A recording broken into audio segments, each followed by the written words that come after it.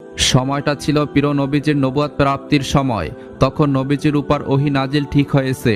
ঠিক এমন সময় সেখানে দেখা যায় কাবাগরের সামনে নতুন নতুন মূর্তি সাজানোর জন্য ভিন দেশ থেকে একটি কাফেলা বিভিন্ন রকম মূর্তি নিয়ে মক্কায় আসে এবং আবু সুফিয়ান এবং উমাইয়া ইবনে খালফ তখন তাদেরকে দেখে অনেক খুশি হয়। তার কিছুক্ষণ পর আবু লাহাব ঘরের ভিতরে মূর্তিগুলো সাজাতে থাকে। সেই সময় তার স্ত্রী বলে, তুমি মোহাম্মদকে কেন আটকাচ্ছ না? সে তো চাইলে তার স্ত্রী খাদিজাকে নিয়ে অনেক সুখে থাকতে পারে, তাহলে সে কেন বারবার আমাদের বিরোধিতা করছে? আবু লাহাব বলে, ভয় পেও না, আমাদের খোদা আমাদের রক্ষা করবে। মক্কার অবস্থা তখন এমন হয়েছিল যে মক্কার ভিতর এবং আশেপাশের সব জায়গায় তখন মূর্তি পূজা চলত। সকলেই তখন চারদিকে আল্লাহর সাথে শিরকে লিপ্ত ছিল। এদিকে মুহাম্মদ সাল্লাল্লাহু আলাইহি ওয়াসাল্লামের উপর হেরা গুহায় ওহী নাজিল হতে থাকে। 3 দিন পর নবীজি সাল্লাল্লাহু আলাইহি ওয়াসাল্লাম প্রচণ্ড জ্বর গায়ে বাড়ি ফিরে তার সাহাবীরা এবং চাচা আবু তালেব তার জন্য দুশ্চিন্তা করতে থাকে। আবু সুফিয়ান এবং মক্কার নেতারা একদিন আবু তালেবের বাসায় গিয়ে তাকে হুমকি দিয়ে বলে, মুহাম্মদ সাল্লাল্লাহু আলাইহি ওয়াসাল্লাম যেন ভালো হয়ে যায়, তার এই সকল কাজ যেন খুব তাড়াতাড়ি বন্ধ করে দেয়। প্রয়োজন হলে তারা মুহাম্মদ সাল্লাল্লাহু আলাইহি ওয়াসাল্লামকে মক্কার নেতা বানাবে এবং তাকে অনেক ধন সম্পত্তি দান করব। কিন্তু রাসূলুল্লাহ সাল্লাল্লাহু আলাইহি ওয়াসাল্লাম তখন তাদের সকল কথা প্রত্যাখ্যান করে দেয়। ওদিকে মক্কার শাসকদের ভয়ে নবীজির সাহাবীরা লুকিয়ে লুকিয়ে সারা রাত ইসলাম ধর্ম গ্রহণ করতে থাকে। একদিন তারা আল্লাহর ইবাদত করতে করতে সকাল হয়ে গেল। যে যার বাসায় লুকিয়ে লুকিয়ে চলে যায়। নবীজির এক সাহাবা সারা রাত বাড়ি না ফেরায় তার বাবা মা তাকে নিয়ে চিন্তা করছিল। বাসায় ফিরলে তার বাবা মা তাকে জিজ্ঞাসা করে, তুমি কোথায় ছিলে? এমন সময় তাদের ঘরে থাকা মূর্তিটি হাতে লেগে পড়ে সেখানেই ভেঙে যায়। তার বাবা বলে, তুমি এটা কি সর্বনাশ করলে? এতদিন যে খোদা আমাদের রক্ষা করত তুমি তাকে ভেঙে ফেললে।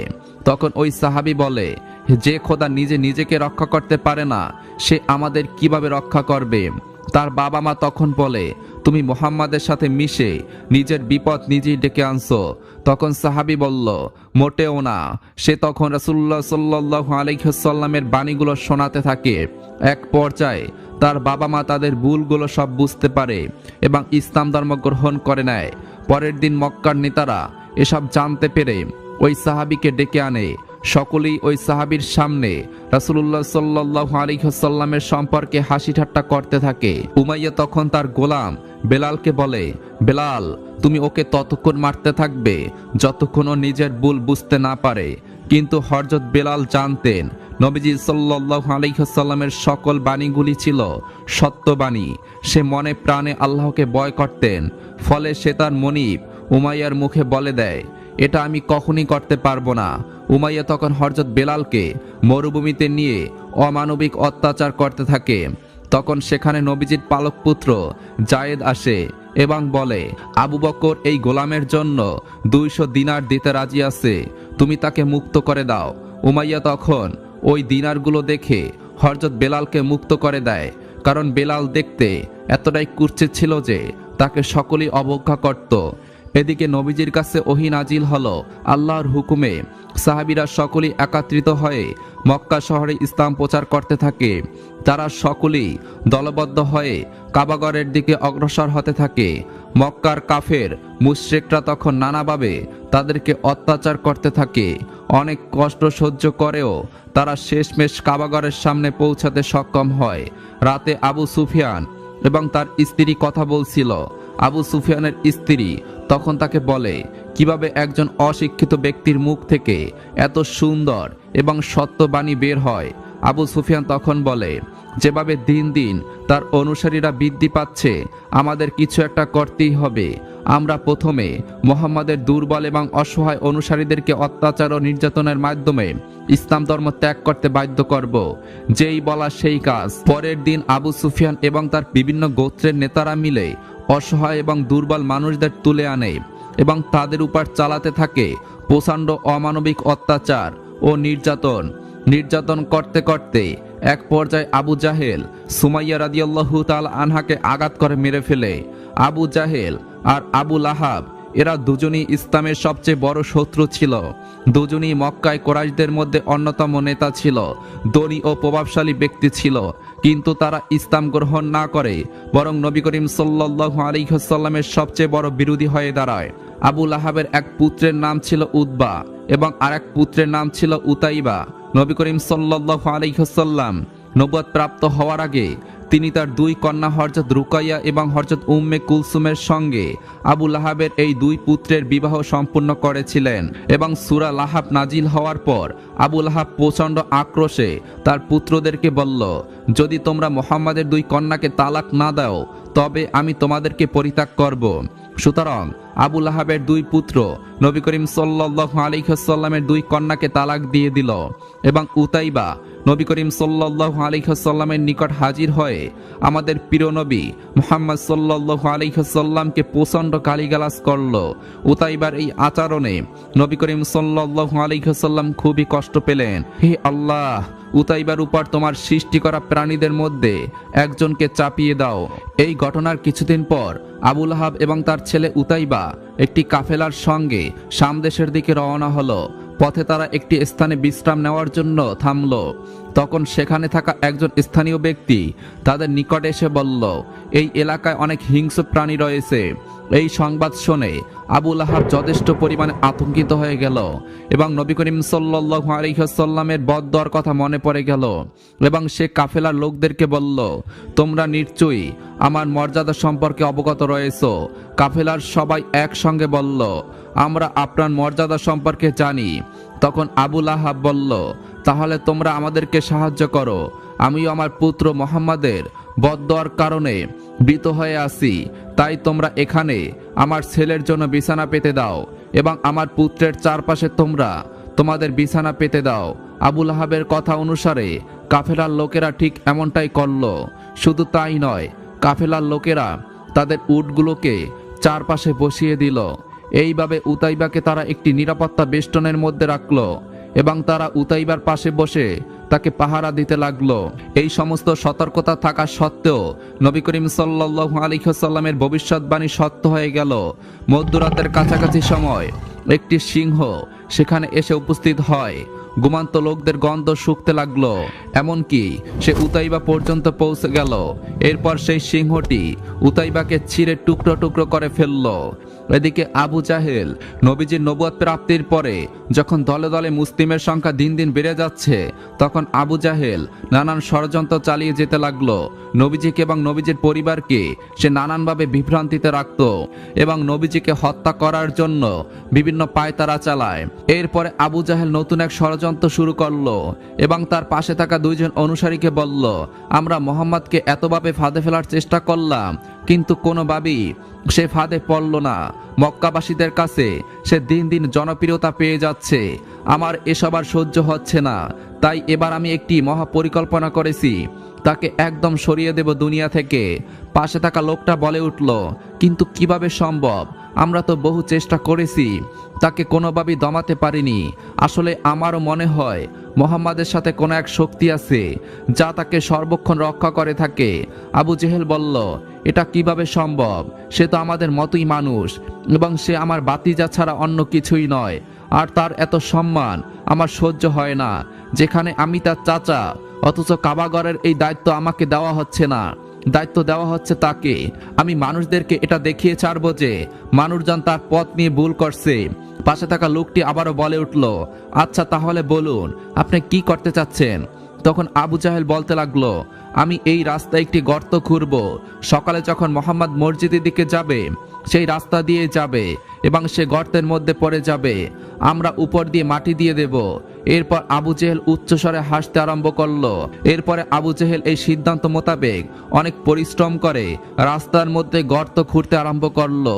গর্ত খোঁড়া শেষ করে উপর দিয়ে পাতা ছড়িয়ে দিল, যেন মুহাম্মদ সাল্লাল্লাহু আলাইহি ওয়াসাল্লাম বুঝতে না পারে এই পাতাগুলোর নিচে গর্ত আছে। ফজরের নামাজের সময় যখন প্রিয় নবীজি সাল্লাল্লাহু আলাইহি ওয়াসাল্লাম মসজিদের দিকে গমন করেছেন, তখন তিনি ঠিক সেই রাস্তা দিয়ে যাচ্ছিলেন। হঠাৎ তিনি লক্ষ্য করলেন সামনে জিবরাইল আলাইহিস সালাম তার 600 নূরের পাখা বিছিয়ে রেখেছেন। নবীজি সাল্লাল্লাহু আলাইহি ওয়াসাল্লাম অবাক হয়ে জিজ্ঞাসা করলেন, হে জিব্রাইল, তুমি এমনটা কেন করছো? তখন জিব্রাইল আলাইহিস সালাম শান্ত কণ্ঠে জবাব দিলেন, হে রাসূলুল্লাহ সাল্লাল্লাহু আলাইহি ওয়াসাল্লাম, আমি এখানে এসেছি, আল্লাহ তাআলা আমাকে পাঠিয়েছেন। এখানে আবু জেহেল আপনার জন্য একটি গর্ত তৈরি করে রেখেছে, যাতে আপনি এই রাস্তা দিয়ে যাওয়ার সময় এই গর্তের মধ্যে পড়ে যান এবং আবু জেহেল উপর থেকে মাটি দিয়ে দেবে। কিন্তু আল্লাহ তাআলার পরিকল্পনা অন্যরকম। ইয়া রাসূলুল্লাহ, আপনি সামনের দিকে অগ্রসর হন, আমার পাখার উপর দিয়ে চলে যান। তখন নবীজি সাল্লাল্লাহু আলাইহি ওয়াসাল্লাম জিবরাইল আলাইহিস সালামের পাখার উপর দিয়ে হেঁটে চলে গেলেন। এদিকে আবু জেহেল খুবই খোশ মেজাজে সেই রাস্তার গর্তের ধারে এলো। সে মনে মনে চিন্তা করছে, আর তো কোনো রাস্তা নেই যে মোহাম্মদ অন্য রাস্তা দিয়ে চলে যাবে। সে নিশ্চয়ই এই রাস্তা দিয়ে গিয়েছে এবং এই গর্তে পড়ে গেছে। তাই আবু জেহেল সেই গর্তের কাছে গিয়ে দাঁড়ালো এবং দেখতে চেষ্টা করলো ভিতরে কেউ আছে কিনা। আবু জেহেল দেখতে দেখতে নিজেই গর্তের মধ্যে পড়ে গেল। আবু জেহেল গর্তের ভিতরে পড়ে মনে মনে চিন্তা করতে লাগলো, আমার শত্রু এখানে আছে, আমিও এখানে আছি। কিন্তু কিছুক্ষণ পর লক্ষ্য করলো সেখানে মহানবী সাল্লাল্লাহু আলাইহি ওয়াসাল্লাম নেই। আবু জেহেল একাই পড়ে গেছে। আবু জেহেল গভীর চিন্তায় পড়ে গেল। সে চিন্তা করছে, এখন আমি এখান থেকে কিভাবে উঠব? সকাল হয়ে গেছে। তখন মানুষজন রাস্তার চারপাশে দাঁড়িয়ে আছে। সবাই লক্ষ্য করছে এখানে এত বড় গর্ত খুলল কে? কয়েকজন গর্তের চারপাশে দাঁড়িয়ে আছে। তারা লক্ষ্য করছে গর্তের ভিতরে মহাজ্ঞানী আবু জেহেল দাঁড়িয়ে আছে। তারা কয়েকজন অনুসারী নিজেদের হাত গর্তের ভিতরে বাড়িয়ে দিল, কিন্তু কিছুতেই আবু জেহেলের লাগাল পাওয়া গেল না। আবু জেহেল বলতে লাগলো, একটা রশি পাঠিয়ে দাও। মানুষজন একটি বিশাল রশি পাঠিয়ে দিল, কিন্তু সেই রশিটি আর 1 হাত লম্বা হলে আবু জেহেল উঠে আসতে পারত। তারপরে আরো বড় একটি রশি আনা হলো, কিন্তু সেই একই দৃশ্য দেখা গেল, রশিটি আবারও খাটো হয়েছে। আবু জেহেল নিচ থেকে উচ্চস্বরে বলছে, আমি বুঝতে পেরেছি, তোরা আর কেউই রশি পাঠাস না। আমার বাতিজা মোহাম্মদকে ডাক দিয়ে নিয়ে আয়, সে নিশ্চয়ই আমাকে এখান থেকে উঠাতে পারবে। তখন নবীজি সাল্লাল্লাহু আলাইহি ওয়াসাল্লামকে ডাকা হলো। তিনি আসলেন, গর্তের কিনারায় দাঁড়ালেন এবং বলতে লাগলেন, চাচা, আপনি এখানে পড়লেন কিভাবে? তখন আবু জাহেল বলতে লাগলো, মিথ্যা বলে লাভ নেই, আমি এই গর্ত তোমার জন্যই করেছিলাম, কিন্তু আমি আমার ভুল বুঝতে পেরেছি, এখন আমাকে উঠিয়ে দাও। তখন নবীজি সাল্লাল্লাহু আলাইহি ওয়াসাল্লাম বললেন, আমি আপনাকে উঠাতে পারি, তবে যদি আপনি কালেমা পড়েন। আবু জেহেল বলল, আমি কালেমা পড়ব, কথা দিলাম, কিন্তু আমাকে আগে উঠাও। তখন নবীজি সাল্লাল্লাহু আলাইহি ওয়াসাল্লাম তার হাত বাড়িয়ে দিলেন এবং আবু জেহেল তার হাত বাড়িয়ে দিল। রাসূলুল্লাহ সাল্লাল্লাহু আলাইহি ওয়াসাল্লাম গর্ত থেকে আবু জেহেলকে তুলে নিলেন। এরপর নবী করিম সাল্লাল্লাহু আলাইহি ওয়াসাল্লাম বললেন, চাচা, এখন আপনি কালেমা শরীফ তেলাওয়াত করুন, আমার সাথে সাথে বলুন, লা ইলাহা ইল্লাল্লাহু মুহাম্মাদুর রাসূলুল্লাহ। কিন্তু আবু জেহেল উচ্চস্বরে ব্যঙ্গ করতে করতে বলতে লাগলো, হে লোক সকল, তোমরা কি এখনো আমার কথা বুঝতে পারছো না? এটা তো স্পষ্ট জাদু। আমি তার জন্য গর্ত করেছিলাম এবং এই গর্তে সে পড়ল না, অথচ আমিই পড়ে গেলাম। সে আমাকে জাদু করেছে। তোমরা কত বড় বড় রশি পাঠালে, কিন্তু সেই রশিগুলো আমি লাগাল পাচ্ছিলাম না, কিন্তু মোহাম্মদ তার হাত বাড়িয়ে দিয়েছে, আমি উঠে আসলাম। এসব স্পষ্ট জাদু। আমি জ্ঞানীদের পিতা, আমি কখনো তোমার ধর্ম গ্রহণ করব না। এই কথা বলে আবু জেহেল চলে যেতে আরম্ভ করলো। আশেপাশের লোকজন বলতে আরম্ভ করলো, আসলে মুসলমানরা তাকে আবু জেহেল বলে থাকে। আমাদের মনে হচ্ছে কথাটা যথার্থ। এত বড় দৃশ্য দেখার পরেও যে ঈমান আনছে না, তার থেকে বোকা পৃথিবীতে আর কেউই হতে পারে না। আবু জাহেল নানান ষড়যন্ত্র চালিয়ে যেতে লাগলো। একদিন ফাতেমা রাদিয়াল্লাহু তাআলা আনহা মক্কার এক রাস্তা দিয়ে কোথাও যাচ্ছিলেন। সেই রাস্তা দিয়ে আবু জেহেল আসছিল। আবু জেহেল ফাতেমাকে দেখে দাঁড় করালেন এবং তাকে অনেক বাজে ভাষায় গালাগালি করলো। এক পর্যায়ে আবু জেহেল রেগে গিয়ে ফাতেমার গালে অনেক জোরে একটি থাপ্পড় মারল। আবু জেহেল এত জোরে থাপ্পড় মেরেছিল যে ফাতেমার নরম গালে আবু জেহেলের আঙ্গুলের ছাপ উঠে গিয়েছিল। অতঃপর ফাতেমা রাদিয়াল্লাহু তাআলা আনহা কাঁদতে কাঁদতে বাড়িতে ফিরলেন। বাড়িতে ফিরে নবীজিকে সমস্ত ঘটনা খুলে বললেন। নবীজি সাল্লাল্লাহু আলাইহি ওয়াসাল্লাম বললেন, হে ফাতেমা, আবু জেহেল অনেক প্রভাবশালী, তার মোকাবেলা করার মতো কোনো ক্ষমতাই আমার নেই। মক্কায় আমি ইসলাম প্রচার করছি, এই জন্য আমার অনেক নিকট আত্মীয় আমার শত্রু হয়ে গিয়েছে। এই অবস্থায় আমি আবু জেহেলের মোকাবেলা কিছুতেই করতে পারবো না। তুমি বরং আবু সুফিয়ানের কাছে যাও, তিনি অবশ্যই এর একটি সঠিক বিচার করবেন। অতঃপর ফাতেমা রাদিয়াল্লাহু তাআলা আনহা আবু সুফিয়ানের বাড়িতে আসলেন এবং আবু সুফিয়ানকে সমস্ত ঘটনা খুলে বললেন। ফাতেমার মুখে এমন কথা শোনার পর আবু সুফিয়ান রাগে ক্রোধে গর্জে উঠলেন। তিনি চিৎকার করে বললেন, আবু জেহেলের এত বড় সাহস, কোরাইশ বংশের কিশোরীর গায়ে হাত দিয়েছে। আবু জেহেল কি ভুলে গিয়েছে কোরাইশ বংশের কিশোরীর গায়ে হাত দেওয়া একটি জঘন্যতম অপরাধ?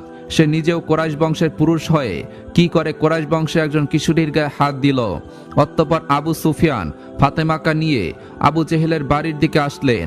এই সময় আবু জেহেল বাড়িতে কয়েকজন প্রভাবশালী আরব নেতাদের নিয়ে বৈঠক করছিল। আবু সুফিয়ান সেখানে এসে আবু জেহেলকে জিজ্ঞাসা করলেন, তুমি কি ফাতেমাকে থাপ্পড় মেরেছো? আবু জেহেল কোনো কথাই বলল না, সে মাথা নিচু করে দাঁড়িয়ে রইল। আবু সুফিয়ান ফাতেমাকে বলল, ফাতেমা, তোমাকে আবু জেহেল যেভাবে থাপ্পড় মেরেছে তুমিও ঠিক সেইভাবে তার গালে একটি থাপ্পড় মারো। ফাতেমা রাদিয়াল্লাহু তাআলা আনহার কোমল হৃদয় মমতা এবং ভালোবাসায় ভরা ছিল। তিনি আবু জেহেলকে থাপ্পড় মারলেন না, কিন্তু আবু সুফিয়ান তাকে ছেড়ে দেওয়ার পাত্র না। আবু সুফিয়ান এবার অনেক জোরে আবু জেহেলের গালে একটি থাপ্পড় মারলেন এবং আবু জেহেলকে বললেন, আজকের পর থেকে যদি শুনি কোরাইশ বংশের কোনো মহিলার গায়ে তুমি হাত দিয়েছো, তাহলে এর চেয়েও তোমাকে কঠিন শাস্তি পেতে হবে। অতঃপর ফাতেমা রাদিয়াল্লাহু তাআলা আনহা বাড়িতে ফিরলেন এবং নবীজিকে সমস্ত ঘটনা খুলে বললেন। নবীজি সাল্লাল্লাহু আলাইহি ওয়াসাল্লাম সমস্ত ঘটনা শোনার পরে দুই হাত তুলে আল্লাহর দরবারে বললেন, হে রব্বুল আলামিন, তুমি আবু সুফিয়ানের হৃদয়ে আলো দিয়ে পরিপূর্ণ করে দাও। হয়তোবা নবীজির এই দোয়ার বরকতি আবু সুফিয়ান পরবর্তীতে ইসলাম ধর্ম গ্রহণ করেছিলেন। একদিন ফজরের নামাজের পর ফাতেমা রাদিয়াল্লাহু তাআলা আনহা খেয়াল করে দেখলেন তার মা খাদিজা অঝোর ধারায় কাঁদছেন। হযরত ফাতেমা রাদিয়াল্লাহু তাআলা আনহা তার মায়ের নিকটে গিয়ে বসলেন এবং তার মায়ের কান্না থামানোর চেষ্টা করলেন, কেননা ফাতেমা রাদিয়াল্লাহু তাআলা আনহা ছোটবেলা থেকেই তীক্ষ্ণ বুদ্ধিমতী সম্পন্ন একজন নারী ছিলেন। কিন্তু খাদিজা রাদিয়াল্লাহু তাআলা আনহার কান্না যেন কিছুতেই থামছে না। ছোট ফাতেমা রাদিয়াল্লাহু তাআলা আনহা যখন তার মায়ের কান্না থামাতে পারলেন না, তিনি তার বাবার খোঁজে বের হলেন। তিনি গিয়ে দেখলেন কাবার সামনে নবীজি সাল্লাল্লাহু আলাইহি ওয়াসাল্লাম বসে জিকির করছেন। ফাতেমা রাদিয়াল্লাহু তাআলা আনহা নবীজির কাছে গিয়ে বললেন, আব্বাজান, ফজরের পর থেকে মা প্রচণ্ড কান্না করছে এবং কিছুতেই তার কান্না থামছে না। আমি অনেক চেষ্টা করেছি তার কান্না থামানোর জন্য, কিন্তু মা কারো কোনো কথাই শুনছে না। ছোট মেয়ে ফাতেমার মুখে এমন কথা শোনার পর নবীজি আর দেরি করলেন না। তিনি ফাতেমাকে নিয়ে বাড়িতে আসলেন এবং খাদিজার কাছে গিয়ে বসলেন। খাদিজাকে জিজ্ঞাসা করলেন, খাদিজা, কি হয়েছে? তুমি কাঁদছো কেন?